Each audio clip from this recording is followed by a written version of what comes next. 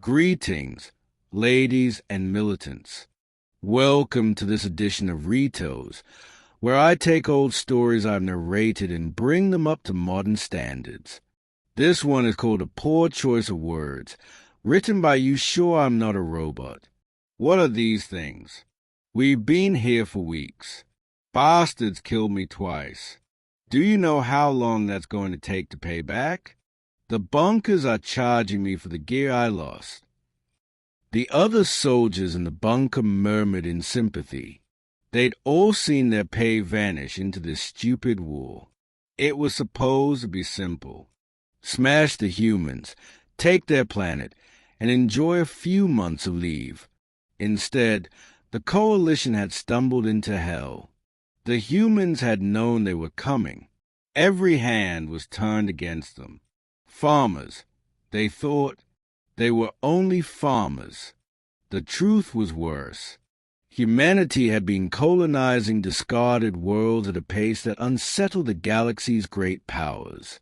Planets deemed worthless were suddenly green and thriving under human hands. They called it terraforming, a word that made alien diplomats grind their teeth. Another Earth, another infestation. The galactic elite had grown tired of it. Action was demanded. Fleets were raised. Troops conscripted. A pretext invented. A single colony was chosen to be disciplined. The world was called Tranu, a violent, storm-ridden planet filled with rivers, forests, and endless rain. The humans had only just begun to settle it. Villages scattered around a central hub. They'd barely gotten started when the invasion warnings came. The village elders gathered in council. A weathered woman stood, voice sharp with the authority of experience. We will not leave. That's understood, but we won't win alone. Earth is sending help. Until then, we hold. I have a few ideas. And so it began. Explosions in abandoned villages. Snipers hidden in the forests. Orbital data scrambled. Maps falsified. Drone scans misled. For the first time in centuries, the coalition had to send patrols into blind ambushes. Troops vanished without a trace. Frustrated, the invaders bunkered down, waiting for humans to counterattack. But humanity's command structure wasn't what they expected. No generals, no standing armies. Just one officer per village, chosen by trust, pooling resources as needed. It was quick, flexible, impossible to predict. At the center of it all sat Commander McBreen, the same woman who had first declared they would hold. From beneath an abandoned village, she spoke to her captains. All right, keep it short. We've convinced the enemy to put down guns and pick up shovels. Faster than I hoped. Keep collecting prisoners, but don't get cocky. They'll be cloned and drop back into the fight anyway. But every clone cost them. That's pain we want to spread. One captain bragged about the 70 prisoners he was holding. House smiled inwardly. 70 was impressive, and morale was clearly holding. Out loud, she only said, "Good. Share your methods with the others." By the end of the meeting, over 400 prisoners had been tallied. 9 to 7 human dead. In war, that was considered a good trade. Still, it stung. No one had come here to be a soldier. The coalition prisoners, stripped of weapons and fed well, sat in damp bunkers.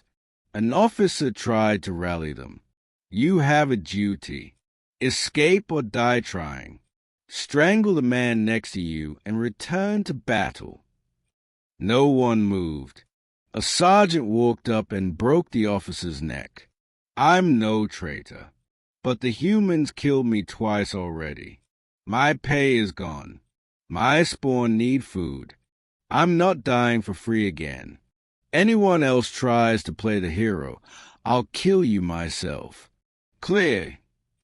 The room nodded. Most kept eating. The march on the central hub resumed with hand-drawn maps. Mortars cleared resistance. The humans fell back, then struck from the shadows again. Ambush, vanish, ambush again. They weren't holding land. They were carving scars.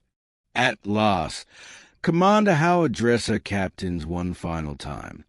"This is it. They secured orbit. They are coming for the hub. We've moved everyone to village bunkers except those who volunteered to stay as bait. Now it's time. 2 hours to prepare. Hit them hard. Take prisoners when you can. But if you have to kill, kill. This is our home, alive or dead."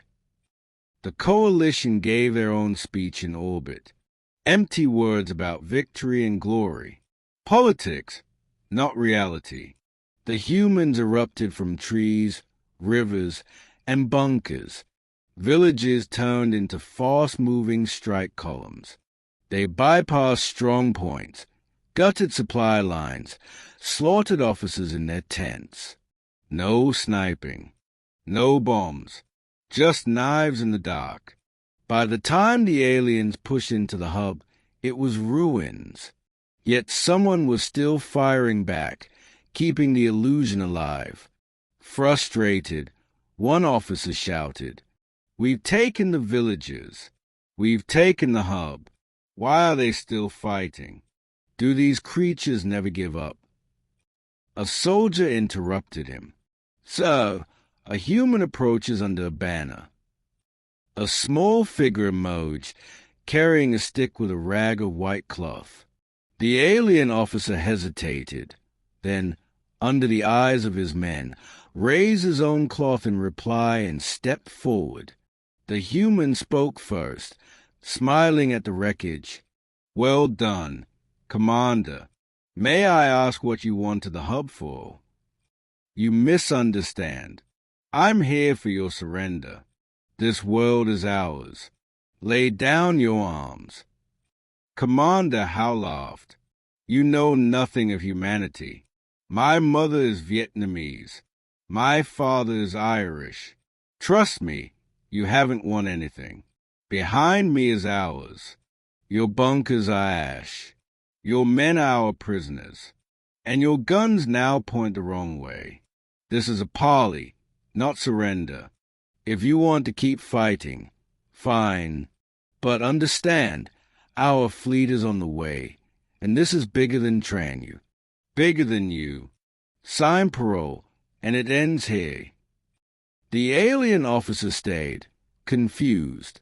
Slowly, his men began lowering their weapons. Humans walked among them with food, chatting casually as they collected rifles. Rain fell heavy. The prisoners sat in silence, stunned by how quickly the tide had turned. One alien sergeant, twice killed and sick of war, leaned toward a human soldier and asked, "Why is your commander so terrifying? What did she say that frightened our leaders into surrendering?" The soldier laughed. "She told them she's heard it all before, that they were standing in front of her guns. Then she promised the next shot would be theirs. A poor choice of words on their part. Never threaten a redhead with Irish blood." The human fleet never came. Just a single diplomatic vessel, ready to sign a treaty recognizing all human colonies as legitimate. The Orma coalition fractured, each part cutting its own deal. And humanity? Humanity kept spreading. The diaspora continued.